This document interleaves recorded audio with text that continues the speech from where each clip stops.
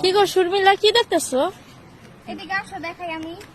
তুমি এত কষ্ট করে আমাকে বাসায় এসো, হ্যাঁ সবেদা ফলের গাছ দেখবা, কিন্তু আমি তোমারে বুঝছো সবেদা ফলই খাওয়াইতে পারতেছি না, কারণ গাছটা নতুন কিনে আনছি তো, গাছের ফলগুলা পাকে নাই গেলে তোমার খাওয়াইতে পারতেছি না। তুমি কি রাগ করছো? না না, আমি রাগ করবো কেন বলো? থাক, পাকুক, পাকলে আমরাও মানুষটা দেখায় দেখায় খাবো, বুঝছো?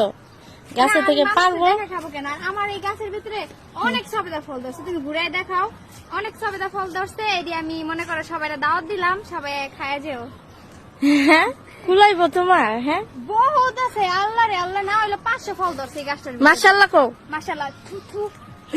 নজর লেগে যাবে গা মানুষের, আবার মানুষের তো আবার নজর বাড়ে না। সুখে সংসার করবো, ওই জায়গায় মেয়েরা নজর লাগাই দিছে, না জানি আমার গাছের ভিতর নজর লাগাই দেয়। এখন যদি গাছের ভিতরে যদি নজর লাগাই দেয় তখন কি করবে? ঠিক আছে তাহলে, ঠিক আছে। যদি জানতাম আমার সংসারে এমন নজর লাগবে, আমি দরজার সামনে এমনি এটা টানাই দিয়ে দিলাম। দিল না কে? এই যে টানাই চোর গেছে, পাঠিয়েছে। টানাই দিয়ে দিছি।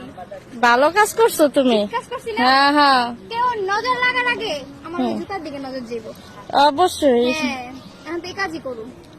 যাক, ভালো করছো। জুতাটা কিনে